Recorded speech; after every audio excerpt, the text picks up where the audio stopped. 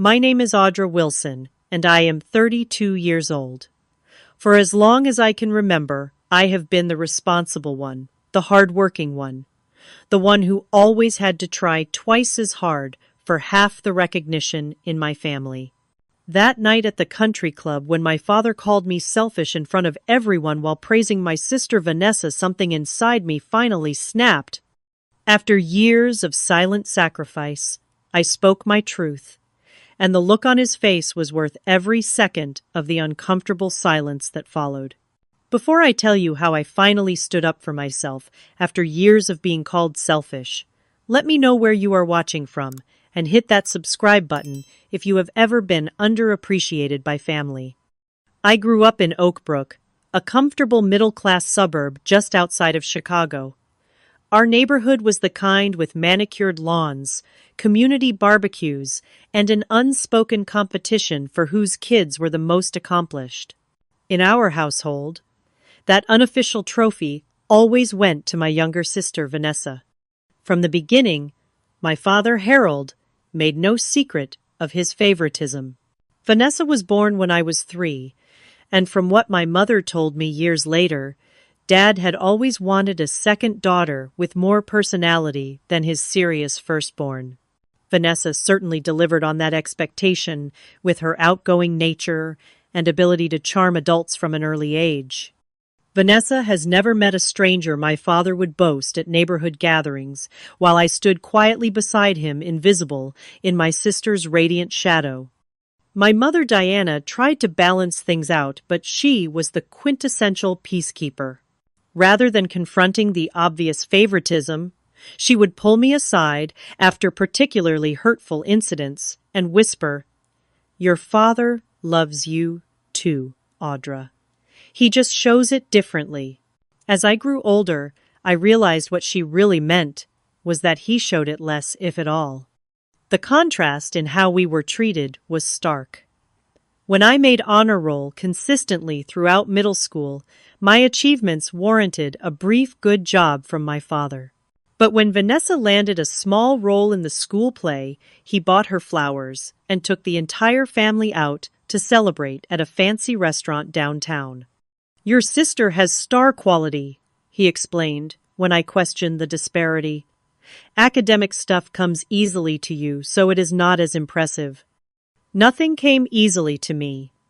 I studied until midnight most nights, while Vanessa flitted between hobbies and social events. But in our house, effort was invisible compared to natural charm. The dynamics shifted even more dramatically when our parents divorced during my junior year of high school. I was 16, focused on maintaining my grades while processing the family breakdown.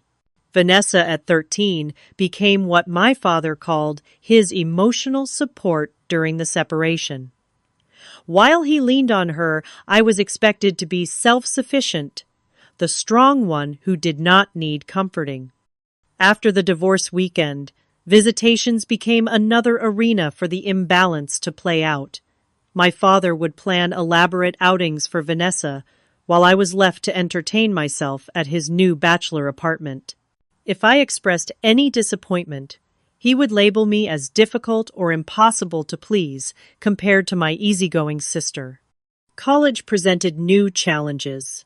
I had worked part-time throughout high school to save for tuition, expecting some parental support. Instead, I was told I needed to be independent and build character through student loans and work-study programs. Meanwhile, Vanessa received full financial support when her time came, with my father covering her tuition, apartment, and even a car. His explanation was that Vanessa was more delicate and needed the support to thrive. I put myself through Northwestern University, working 30 hours a week at a local coffee shop while maintaining a 3.8 GPA in marketing.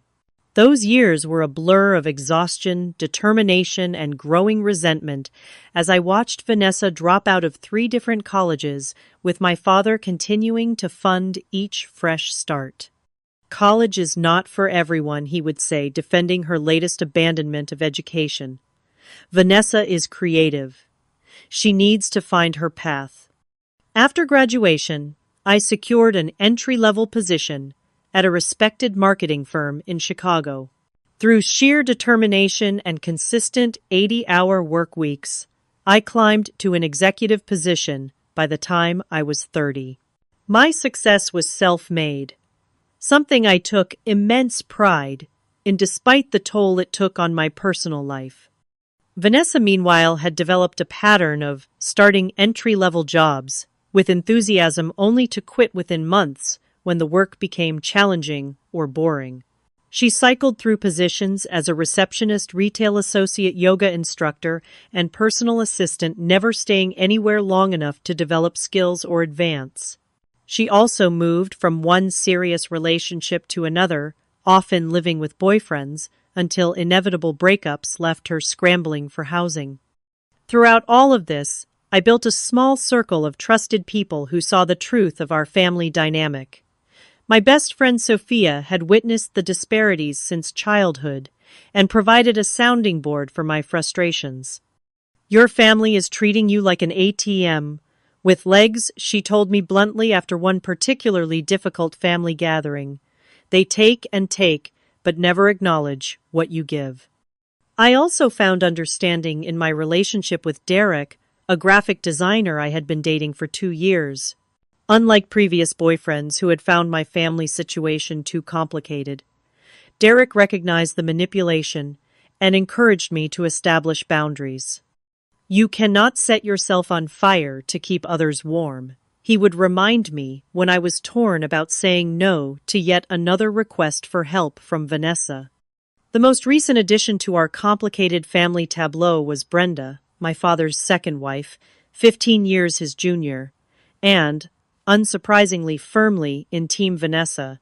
From the moment she joined the family, Brenda positioned herself as Vanessa's advocate and confidant, often suggesting that I lighten up or be more supportive of my struggling sister. "Family helps," family, Brenda would say meaningfully during holiday gatherings, her eyes fixed on me whenever Vanessa mentioned her latest financial crisis. What none of them understood or chose to ignore was that I had been helping silently and consistently for years.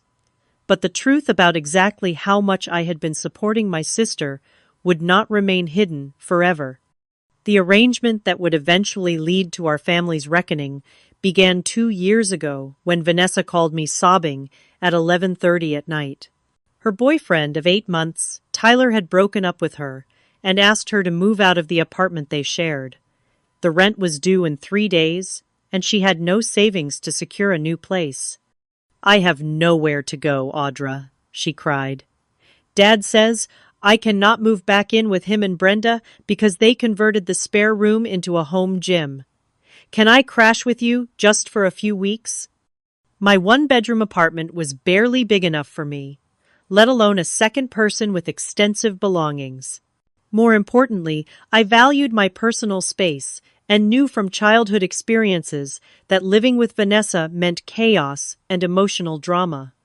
"I cannot take you in, but I can help you find a place," I offered instead. "How much can you afford for rent?" The answer, it turned out, was next to nothing. Vanessa had been contributing minimally to the rent, with Tyler spending most of her part-time barista earnings on clothes, dining out, and weekend trips with friends. Now she was facing the reality of Chicago's rental market with almost no income and zero savings. Against my better judgment and Derek's cautious advice, I agreed to help her secure a studio apartment in Wicker Park. The rent was $1,200, monthly, reasonable for the area, but far beyond Vanessa's means. "I will cover the first 3 months," I told her firmly. "That gives you time to find a better-paying full-time job and get on your feet." Vanessa was effusively grateful, promising to update her resume immediately and search for higher-paying opportunities. I even connected her with contacts at several companies, leveraging professional relationships I had carefully built over years. 3 months came and went. Vanessa had taken a retail position at a boutique clothing store, but was still making barely enough to cover utilities and food, let alone rent. Each time I brought up the agreement, she had a new excuse. The job market was tough. The boutique did not give her enough hours. She needed expensive new clothes for interviews, or she had unexpected medical expenses. Just one more month became her mantra. I promise I will figure it out. 1 month turned into 6, then a year. Before I knew it, I had been paying Vanessa's rent for 18 consecutive months, watching my own financial goals slip further away. The down payment I had been saving for a condo remained stagnant. The master's degree program I wanted to pursue stayed on hold. The European vacation Derek and I had been planning was indefinitely postponed. Meanwhile, Vanessa's Instagram told a different story than her financial hardship narrative. There were posts from weekend getaways to Michigan wineries, new designer clothes with tags still attached, and expensive restaurant meals with friends. Each time I questioned these expenditures, she had a ready explanation. Friends had treated her. She had found amazing sales. The trip was mostly paid for by someone else. The financial drain was significant, but the emotional toll was worse. Every month transferring that $1,200 felt like a silent scream into the void. No one in our family knew about this arrangement, not even our mother. Vanessa had sworn me to secrecy, claiming she was too embarrassed to let others know how much she was struggling. In reality, she was not struggling at all, at least not in the ways that mattered. She had a free place to live, courtesy of my hard work, while maintaining the lifestyle of someone making 3 times her actual income. The family narrative remained frustratingly unchanged. At gatherings, my father and Brenda would talk about how Vanessa was finding her way and doing her best despite challenges. My own career successes were acknowledged briefly before someone changed the subject, usually to something more interesting that Vanessa was doing. "Are you coming on the family trip to Lake Geneva this summer?" my father asked during one Sunday phone call. "I do not think I can get the time off," I said, which was partially true. What I did not mention was that after paying Vanessa's rent my own and trying to maintain some semblance of retirement savings, another expense was out of the question. "You work too much, Audra," he sighed. "There is more to life than career. Look at Vanessa. She does not make much money, but she knows how to live in the moment and enjoy life." I bit back the obvious response that Vanessa could live in the moment because others were subsidizing her reality. Instead, I changed the subject, swallowing my resentment like a bitter pill. The comments about my supposed selfishness began to increase. When I could not contribute to an expensive group gift for my father's 60th birthday, Brenda made a point of saying, "I guess some people prioritize differently," with a meaningful look in my direction. When I missed a family dinner because of a work deadline, my father texted that I was too focused on your own life to think about family. The irony was suffocating. I was literally sacrificing my financial future for my sister while being labeled as selfish by the very people who had no idea what I was giving up. Derek witnessed my struggle firsthand, watching as I calculated and recalculated my monthly budget to accommodate Vanessa's rent while maintaining my own financial obligations. "This is not sustainable," he told me one night after I had turned down a weekend away because of money concerns. "You are enabling her to stay stuck while punishing yourself." "What am I supposed to do?" I asked. "Let her become homeless." "She would not be homeless," he said gently. "She would have to make different choices. Maybe get roommates moved to a cheaper area, or actually work full-time like most adults.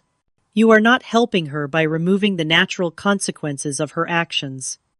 I knew he was right, but years of family conditioning made it difficult to imagine standing up for myself. What would my father say? How would it affect my already tenuous relationship with Vanessa? Would this be the thing that finally fractured our family beyond repair? Still, something had to give. I tried taking a gentler approach, first meeting Vanessa for coffee to discuss a path toward financial independence. I need to start thinking about my own financial goals, I explained carefully. I cannot keep paying your full rent indefinitely. Vanessa's eyes immediately welled with tears, her go-to response when confronted with anything uncomfortable. Are you saying you are cutting me off? She asked, voice trembling. You know I cannot afford that place on my own. Do you want me to be homeless? No, of course not. I backtracked immediately, hating myself for the weakness. I just thought, maybe we could create a plan where you gradually take over more of the rent. She sniffled, dabbing at her eyes with a napkin. I am really trying, Audra. I just had to reduce my hours this month because of my anxiety. The manager was scheduling me for too many closing shifts, and you know how that affects my sleep. And just like that, the conversation shifted from her taking responsibility to me feeling guilty for adding to her stress. I left that coffee shop, having agreed to continue the full payments for at least another 3 months. The cycle of enabling continued, with my resentment growing alongside my dwindling savings account. Something would have to break this pattern. As it turned out, that something would be my patience, pushed to its limit by one family dinner too many. The annual Wilson family dinner at the Oak Brook Country Club was a tradition my father had maintained since the divorce. Every year in June, he would reserve the private dining room, invite a few close friends, and gather the family for what he called a celebration of our ongoing bond, despite life's changes. In reality, it was an opportunity for him to showcase his success and position as family patriarch, with all of us expected to play our assigned roles. As the date approached this year, my anxiety mounted. These dinners inevitably followed the same script, my father holding court while Brenda smiled adoringly, Vanessa charming everyone with amusing anecdotes, and me sitting quietly fielding occasional questions about my work before the Polonenses. Conversation moved to more interesting topics. 2 days before the dinner, Vanessa called with what had become a predictable emergency. Audra, I hate to ask, but I need a favor, she began, her voice taking on the hesitant tone that always preceded a financial request. There is this amazing opportunity for a pop-up boutique event, but I need to pay for a vendor table up front. It could really help me start my own business. Vanessa's business ideas had become a revolving door of unrealized plans. Last month, it was becoming a personal stylist. Before that, launching a wellness blog. None of these ventures ever materialized beyond the initial excitement phase, and certainly none had produced any income. How much do you need? I asked already, mentally adjusting my budget for the month. Just $300, she said quickly. The event is this weekend, and I could make back triple that amount if I sell even half my inventory. What inventory? I asked. I did not know you had products to sell. Well, I need to buy some things to resell, she admitted. But I have done all the research. Trust me, this is going to be different. Against my better judgment and the imagined sound of Derek's disapproving sigh, I transferred the money. Good luck, I said. I hope it works out. The night of the dinner arrived, and I made my way to the country club with the familiar mix of obligation and dread. The dining room was elegant, as always, with crisp white tablecloths and the soft glow of candles, creating an atmosphere of refined comfort. My father and Brenda were already there, along with their friends the Hyases and the Porters couples in their 60s, who had known our family for years. I spotted Vanessa across the room, animated in conversation with Mrs. Porter. As I approached, I noticed the large Louis Vuitton handbag on her arm, its distinctive pattern catching the light. The bag was new, and from my knowledge of the brand, cost at least $2,000, far more than the $300 I had sent her for the supposed business opportunity. My stomach tightened as realization dawned. There was no pop-up event, no vendor table, no business plan. The money had gone toward a luxury purchase, while I had been eating ramen noodles 3 nights a week to offset the constant drain on my finances. "Audra, you finally made it!" my father called out, gesturing to the empty seat beside him. "We were just talking about Vanessa's exciting weekend plans." I took my seat, accepting a glass of wine from the server, desperately needing its calming effect. "Yes, Vanessa was telling us about this wonderful trip to Miami she is taking with her friends Mrs. Hayes," said, smiling warmly at my sister. "A well-deserved break from what I hear." I nearly choked on my wine. "Miami," I echoed, looking directly at Vanessa. She avoided my gaze, suddenly very interested in the dinner menu.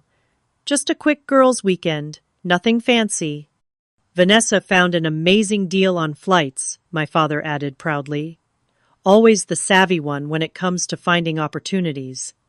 The server arrived to take our orders, temporarily halting the conversation.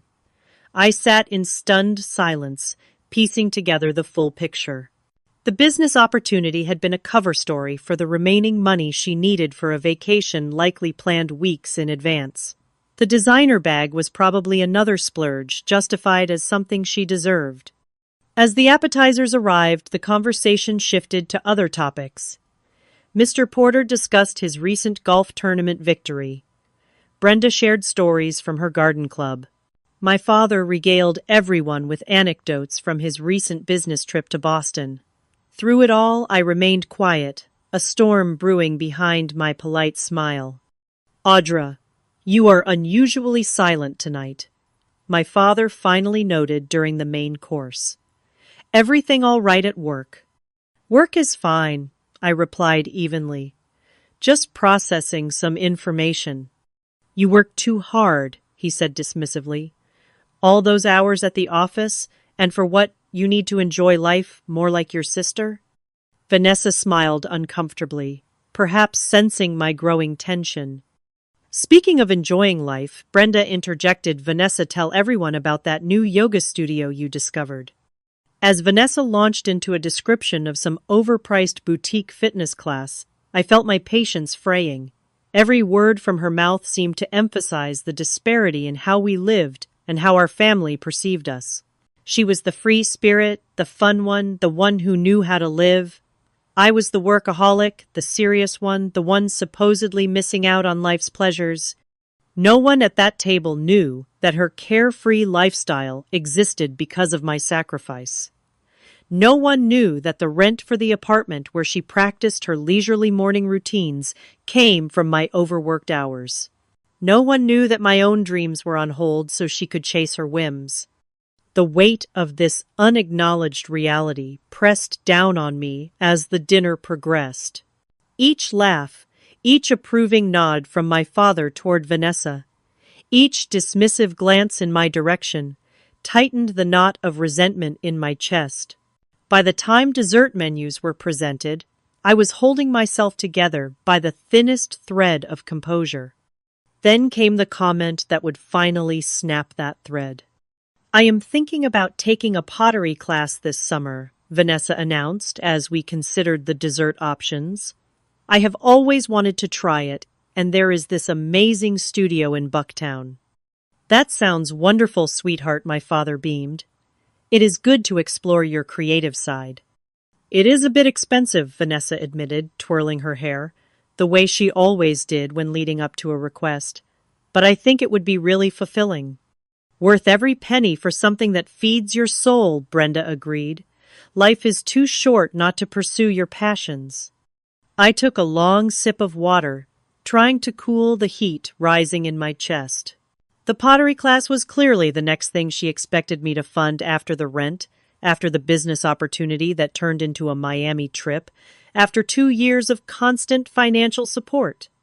"What about you, Audra?" Mrs. Porter asked kindly, perhaps noticing my discomfort. "Do you have any summer plans?" Before I could answer, my father jumped in. "Audra does not have time for hobbies or vacations. Too busy climbing the corporate ladder." I actually had to cancel my plans to take some graduate courses this summer, I said quietly. Budget constraints. That is the problem with your generation, Mr. Hayes commented. Too focused on credentials and not enough on experiences. Or maybe some of us have different priorities and responsibilities, I countered, unable to keep the edge from my voice. My father frowned. There is no need to be defensive, Audra. Howard is just making conversation. I am not being defensive. I am stating a fact. See, this is exactly what I mean, my father said, his voice rising slightly. Your sister takes constructive comments in stride. You always have to argue and make things difficult. The table fell uncomfortably silent. Even the Heises and Porters seemed to sense they had stumbled into family tension. I do not make things difficult, I said evenly. I have different circumstances. What different circumstances? My father scoffed. You make twice what your sister does. You live alone with no dependents. You should have plenty of disposable income for things you enjoy. That was the moment something shifted inside me. The careful wall I had built around my resentment began to crumble. 2 years of silence, of enabling of being the family ATM, while being labeled as selfish, suddenly felt unbearable. You have no idea what my financial situation is, I said, my voice surprisingly calm, despite the emotion churning inside. I know you are doing well in your career, he dismissed. And I know you choose to spend it all on yourself, while your sister struggles to make ends meet. The unfairness of his assessment hit me like a physical blow. I looked around the table at these people who had completely misunderstood my life and character and decided the truth could no longer remain hidden. Dad, I said, placing my napkin beside my plate, when was the last time you helped Vanessa financially? He blinked, surprised by the direct question. Well, I helped her with the security deposit on her apartment when she moved in, and I have taken her shopping occasionally. And who do you think pays her rent every month? The table went completely still. Even the background noise of the country club seemed to fade away as all eyes turned to me. What are you talking about? My father asked, genuine confusion on his face. I have been paying Vanessa's rent for 2 years. I said, the words finally released into the open. $1,400 every month directly to her landlord. That is why I cannot afford graduate school or vacations or pottery classes. My father turned to Vanessa, whose face had drained of color. Is this true? Vanessa's eyes darted around the table, looking for an escape route that did not exist. It is complicated. Audra offered to help temporarily when Tyler and I broke up. It was supposed to be short-term. 2 years is not short-term, I said. And I did not offer. You called me crying at midnight, saying you would be homeless. You could have said no, she muttered. Yes, I could have. That is my mistake. One I am rectifying tonight. I turned back to my father, whose expression had shifted from confusion to discomfort. So when you call me selfish for not taking vacations or pursuing hobbies, understand that the money that might have gone to those things has been keeping a roof over your favorite daughter's head instead. Now, Audra, my father started, clearly trying to regain control of the situation. There is no need to be dramatic about this. Family helps family. If you were struggling financially, you should have said something. I am not struggling. I am subsidizing someone else's lifestyle while being criticized for how I spend my own money. I am sure Vanessa is grateful for your help, Brenda interjected, attempting to smooth things over. Vanessa told me 3 days ago that she needed $300 for a business opportunity. I continued, ignoring Brenda's platitude. That money apparently went toward her Miami trip this weekend. And judging by the new Louis Vuitton bag, there have been other creative uses of funds as well. Vanessa's face flushed. That bag was a gift, she said quickly. From whom I challenged. A friend. Which friend spends thousands on designer gifts? The table had become an uncomfortable tribunal with the Hyaces and porters shifting awkwardly in their seats, clearly wishing they were anywhere else. I think this family discussion might be better continued in private, Mr. Porter suggested gently. You are right, I agreed, standing up. And I will make it short. I am done paying your rent, Vanessa. You have 30 days to figure out your finances like an adult. My father's face darkened with anger. You cannot just cut her off without warning. Where is she supposed to go? She could move in with you and Brenda, I suggested. Convert that home gym back into a bedroom. Or she could get roommates. Or work full-time. Or any of the solutions that do not involve me sacrificing my financial future. Why are you doing this publicly? My father demanded. Is this some kind of revenge? No, Dad. This is me finally standing up for myself after years of being called selfish by people who have no idea what I have been giving up. You wanted to know why I do not take vacations or pursue hobbies. Now you know. With that, I picked up my purse and prepared to leave. So you are just going to drop this bomb and walk away, my father called after me. This is why people find you difficult, Audra. You always have to make a scene instead of handling things maturely like your sister. I turned back one last time, surveying the table, the shocked faces of the dinner guests, Brenda's tight, uncomfortable smile, Vanessa's tear-filled eyes already calculating her next move, and my father still somehow casting me as the villain in a story where I had been silently saving everyone for years. I am handling things exactly as maturely as they deserve to be handled, I said calmly. Enjoy your dessert. I will see myself out. The sound of my heels on the hardwood floor echoed through the dining room as I walked away, leaving behind the weight of expectations and obligation I had carried for too long. For the first time in years, despite the confrontation and its inevitable fallout, I felt something close to freedom. The drive home from the country club was surreal. My hands gripped the steering wheel so tightly my knuckles turned white, but inside, I felt a strange mixture of terror and liberation. Years of carefully maintained family dynamics had just been blown apart at an upscale dining table, and there was no going back. I barely made it through my apartment door before my phone exploded with notifications. 3 missed calls from my father, 5 from Vanessa, and a text from my mother asking what happened. Word traveled fast in our family circle. I silenced my phone and poured myself a glass of wine, hands still shaking slightly. Then I called the one person I knew would understand. I did it, I told Derek when he answered. I told everyone the truth about Vanessa's rent. How did it go? He asked cautiously. About as well as a nuclear explosion. Can I come over? I do not want to be alone right now.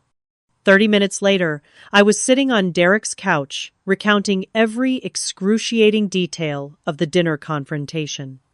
He listened without interruption, occasionally squeezing my hand in support. I am proud of you, he said when I finished. It took incredible courage to stand up for yourself like that. It does not feel like courage, I admitted. It feels like I just destroyed my family. You did not destroy anything. You just stopped pretending the existing situation was okay. My phone buzzed again, and I glanced down to see a text from my father. Your behavior tonight was inexcusable. You embarrassed this family in front of my friends. We need to talk tomorrow when you have calmed down and can be reasonable. I showed Derek the message, and he shook his head. Still making it about him, I see. That is his specialty, I sighed. I turned off my phone completely and spent the night at Derek's apartment, grateful for the buffer of physical distance from the storm I had created. Morning came too quickly, and with it the reality that I would have to face the consequences of my truth-telling. When I finally turned my phone back on around noon the next day, the barrage was immediate. 14 missed calls, 23 text messages, and several voicemails demanding my attention. Vanessa's texts ranged from angry, "How could you humiliate me like that?" to desperate, "Please call me. We need to figure this out," to manipulative, "I guess you never really cared about me at all." My mother, who had not been at the dinner but had clearly received multiple versions of what happened, sent a typically conflicted message. "I understand you have been helping your sister more than anyone knew, but publicly embarrassing her, and your father was not the answer. Can we talk about finding a solution that works for everyone?" The most surprising message came from Brenda, my father's wife. "I had no idea you were supporting Vanessa financially. While the dinner table was not the place for this conversation, I respect that you have been carrying a burden alone. Your father is very upset, but I think everyone needs to acknowledge your side of this situation." It was the first time Brenda had ever shown any understanding of my perspective, and despite everything, I felt a small glimmer of hope that at least one person in the family might be capable of seeing beyond the established narrative. I called my mother first, figuring she would be the most neutral party. The conversation was difficult but not hostile. She admitted she had suspected Vanessa was receiving help from someone, but had assumed it was our father. "You should have told me," she said. "I could have helped mediate this situation before it exploded." "Would you have?" I asked, honestly. "Or would you have tried to convince me to keep helping her, to keep the peace like always?" Her silence was answer enough. By Monday morning, I needed to return to work and face the real world, despite the ongoing family drama. I had barely settled at my desk when the receptionist called to inform me my sister was in the lobby, insisting on seeing me. "Tell her I am in a meeting," I said, not ready for another emotional confrontation.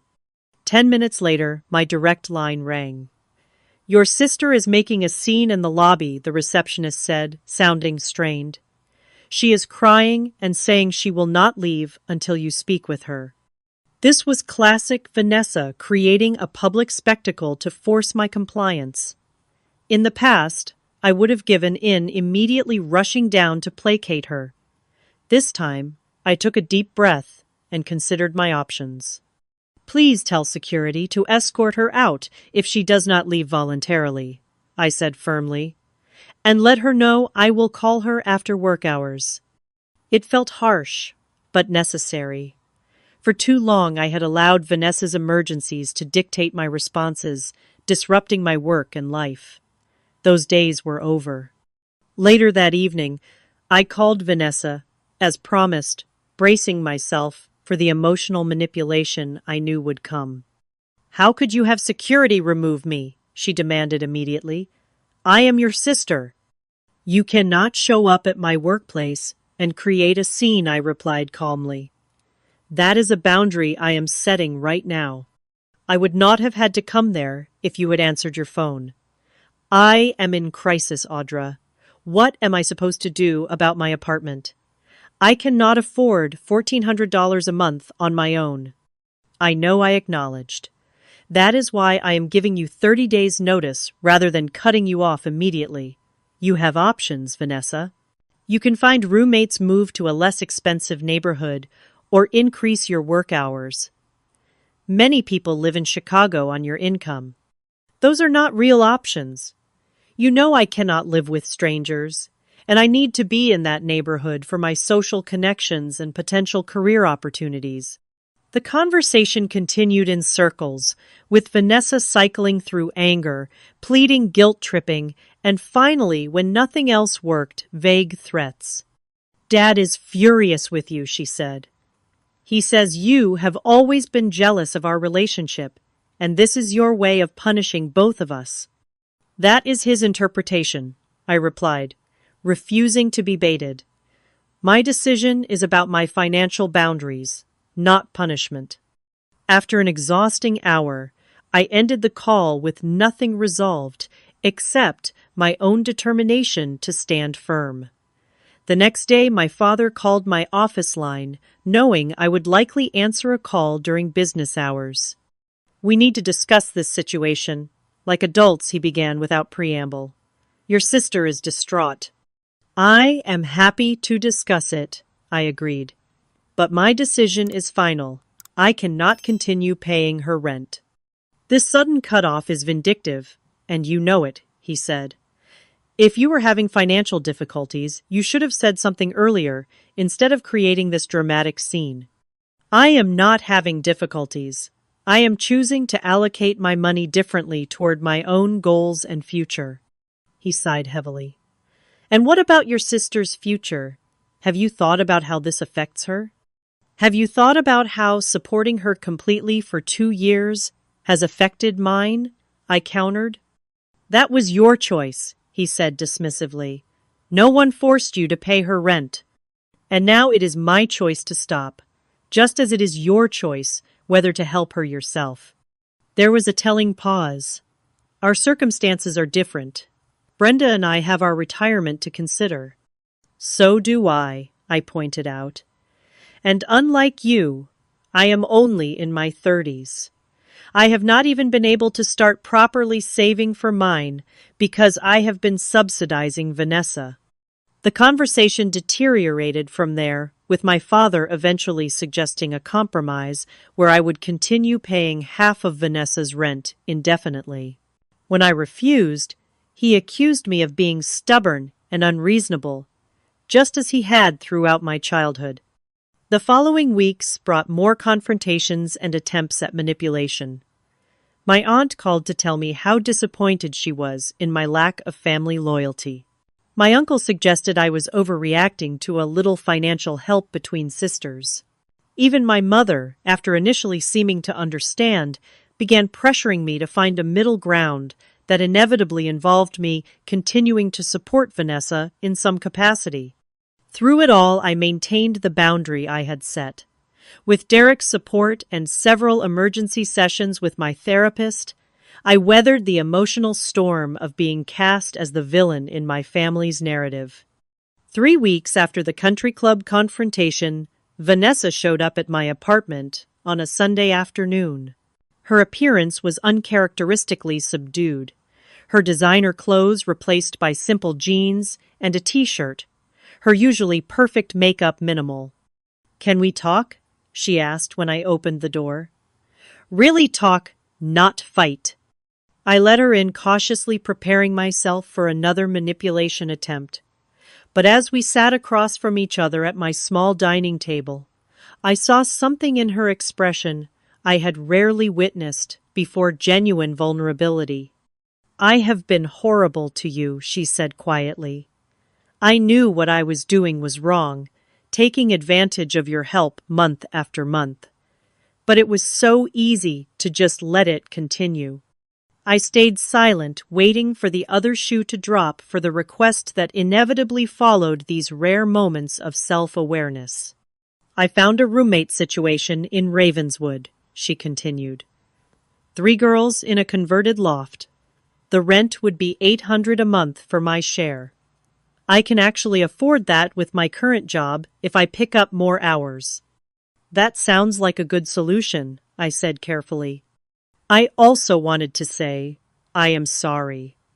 Not just for the money, but for letting Dad think you were the selfish one all these years when I was the one taking and taking. Her eyes filled with tears, but for once they seemed genuine rather than tactical. It was easier to let him see me as the struggling one who needed protection. For the first time in our adult relationship, we had a conversation that felt honest. Vanessa admitted she had developed a pattern of learned helplessness that served her in our family dynamic. I acknowledged that my enabling had contributed to the problem, stemming from my own need for approval and fear of conflict. "I do love you," I told her. "That has never been in question. But our relationship needs to change if it is going to survive. She nodded, wiping away tears. I know. I am trying to change too. This whole thing has been a wake-up call. As she left, promising to keep me updated on her apartment move, I felt cautiously optimistic. Perhaps this crisis would ultimately lead to something healthier between us. Only time would tell if Vanessa's newfound insight would translate into lasting change, but it was a start. 1 month after the confrontation at the country club, the landscape of my family relationships had shifted dramatically. The initial explosion had settled into an uneasy new reality, with boundaries being tested and redefined daily. True to her word, Vanessa had moved into the Ravenswood loft with roommates. The apartment was smaller than her previous place, the neighborhood less trendy, but it was within her actual budget. She had increased her hours at the boutique and picked up weekend shifts at a local coffee shop to supplement her income. It is actually not as bad as I thought it would be, she admitted during one of our now weekly phone calls. My roommates are pretty cool, and I forgot how much I liked making coffee drinks. Plus, the tips are decent. I had maintained my boundary about financial support, though I had helped her move and bought her a housewarming gift. Small, normal acts of sisterly support rather than taking on her adult responsibilities. My relationship with my father remained strained, but was slowly evolving. After several weeks of minimal contact, he had called with what passed for an apology in his world. I may have misunderstood some aspects of your financial relationship with your sister, he said stiffly. While I still think the way you handled it was inappropriate, I recognize that you were under pressure that I was not aware of. Coming from my father, this was the equivalent of a profound mea culpa. I accepted it as the olive branch it was intended to be. I appreciate that, Dad. I could have handled it differently, too. We began rebuilding our relationship with cautious small talk about neutral topics, carefully avoiding the landmines of family dynamics and financial expectations. It was progress, if imperfect. The most surprising development came from my mother. After years of peacekeeping and conflict avoidance, she had apparently been doing some soul-searching of her own. I enabled a lot of the favoritism when you girls were growing up. She told me during a lunch we shared near her office. I thought I was protecting you by teaching you to be independent, but really, I was just avoiding the hard conversations with your father about how he treated you differently. Why now? I asked. Why are you acknowledging this after all these years? Because I saw what it led to, she said simply. You carrying this enormous financial burden alone while still being labeled as the selfish one. It made me realize how much damage our family patterns have done. These conversations with my family members were healing but also exhausting. I found myself turning inward, focusing on rebuilding the parts of my life that had been neglected during my years of supporting Vanessa. With the $1,400 now remaining in my monthly budget, I enrolled in the graduate program I had been postponing. The evening classes in advanced marketing strategy and digital analytics were challenging and invigorating, connecting me with like-minded professionals and opening new possibilities for my career trajectory. I also began working with a financial advisor to create a realistic plan for buying my own condo within the next year. After years of watching my savings stagnate, it was empowering to see the numbers moving in the right direction each month. My relationship with Derek deepened as well. Without the constant stress of my family obligations and financial strain, I had more emotional energy to invest in our partnership. We took the weekend trip we had been postponing for months, a simple getaway to a lakeside cabin in Wisconsin where we hiked, cooked together, and reconnected. You seem lighter, he observed as we sat by the fire one evening. Even when you smile, it reaches your eyes now. I feel lighter, I admitted. I did not realize how much energy it took to maintain that situation until I was free of it. The real test of our family's new dynamic came 2 months after the confrontation, when my father suggested resuming the tradition of a family dinner. The invitation specifically mentioned a fresh start and moving forward together, indicating at least some recognition that the past patterns needed changing. I agreed with trepidation, suggesting we meet at a neutral restaurant rather than the country club with its loaded memories. To my surprise, my father accepted this modification without argument, a small but significant sign of his willingness to adapt. The dinner itself was awkward, but not disastrous. My father, Brenda, Vanessa, my mother, Derek, and I sat around a table at an Italian restaurant downtown, carefully navigating conversation like people on a first date, rather than a family with decades of history. Vanessa spoke about her new apartment and her increased responsibilities at work with a pride I had rarely heard from her before. "My manager is training me on the inventory system," she said. "If things go well, there might be an assistant manager position opening up in the fall." "That is wonderful, honey," my mother said warmly. "You seem really engaged with this job." "I am," Vanessa said, then added with a glance at me. "It turns out I actually like having structure and responsibility. Who knew?" My father was quieter than usual, listening more than dominating the conversation. When the check came, he insisted on paying for everyone, a familiar gesture of control through generosity. But then he did something unprecedented. "Audra," he said, turning to me, "I want to hear more about this graduate program you have started. It sounds like exactly the kind of strategic move that has made you successful in your career." It was a small moment, but significant, an acknowledgement of my choices and path that had been rare in our family interactions. I found myself talking about my classes and professional goals with an enthusiasm that surprised me, and even more surprisingly, my father listened with what appeared to be genuine interest. After dinner, as we were saying our goodbyes on the sidewalk outside, my father pulled me aside. "I want you to know," he said awkwardly, "that I have been doing some thinking about how I have treated you and your sister differently over the years." I waited, not wanting to interrupt what seemed like a difficult admission for him. "I may not have always been fair," he continued. "Your sister and I are similar in some ways, and perhaps that made it easier for me to understand and support her. But that does not mean I value your accomplishments any less." It was not a perfect apology. It did not acknowledge the years of favoritism or the unfair burden I had carried.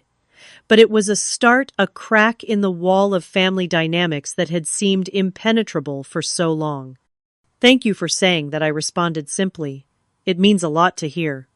As Derek and I walked to our car afterward, he squeezed my hand. "Baby steps," he said. "Baby steps," I agreed. The following weeks brought more small but meaningful changes. Vanessa called once to ask for advice about handling a difficult customer rather than asking for money. My father sent an article about marketing trends with a note saying, "Thought you might find this interesting for your graduate work." My mother invited me to lunch regularly, making a point to ask about my goals and dreams rather than just crisis managing family dynamics. 3 months after the confrontation, Vanessa invited me to her new apartment for dinner with her roommates. The space was modest but charming, decorated with creativity rather than expensive brands. She had prepared a simple pasta dish, admitting with a laugh that she was still learning to cook on a budget. "I wanted you to see that I am really doing okay," she said, as we sat on her small balcony after dinner. "I know you probably worried that I would fall apart without your help." "I did worry," I admitted. "I am proud of how you have handled this change." She twisted her wineglass thoughtfully. "You know what is weird? I actually feel better about myself now. When you were paying for everything, there was always this voice in my head saying I was a failure who could not handle adult life. Now I know I can, even if it is not as fancy as before." That conversation marked a turning point in our sister relationship. The dynamic was shifting from enabler-enabled to something more balanced and healthy. We were finding our way toward being sisters who supported each other emotionally without unhealthy financial entanglement. By the 6-month mark, many of the changes had solidified into new patterns. Vanessa had received the assistant manager promotion and moved to a slightly better apartment, still with roommates, but in a neighborhood she preferred. She occasionally asked for small loans for specific purposes, which she now consistently repaid on time. My graduate courses were going well, with one professor suggesting I consider teaching as an adjunct after completing my degree.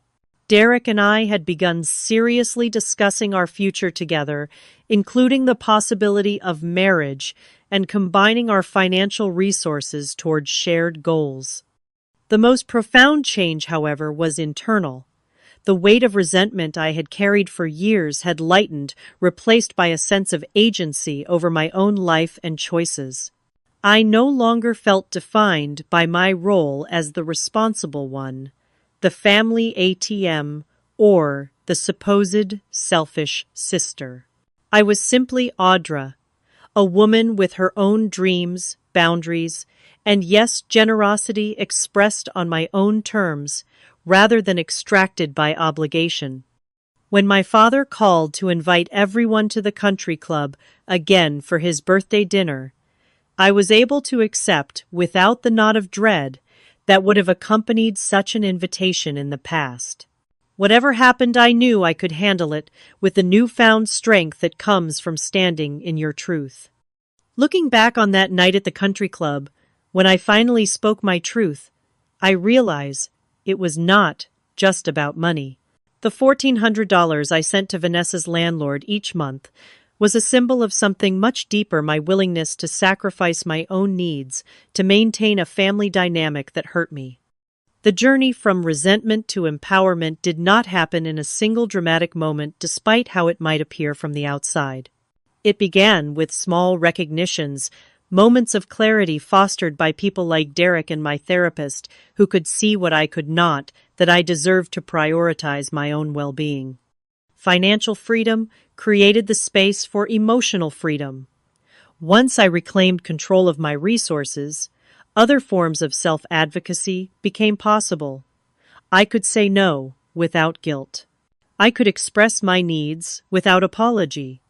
I could exist in my family as a full person, rather than a supporting character in everyone else's story. My relationship with my family today is not perfect, but it is honest in a way it never was before. My father and I have developed a cautious respect for each other. He may never fully understand me or give me the unconditional approval I once craved, but he has learned to respect my boundaries, and I have learned that his approval is not necessary for my happiness.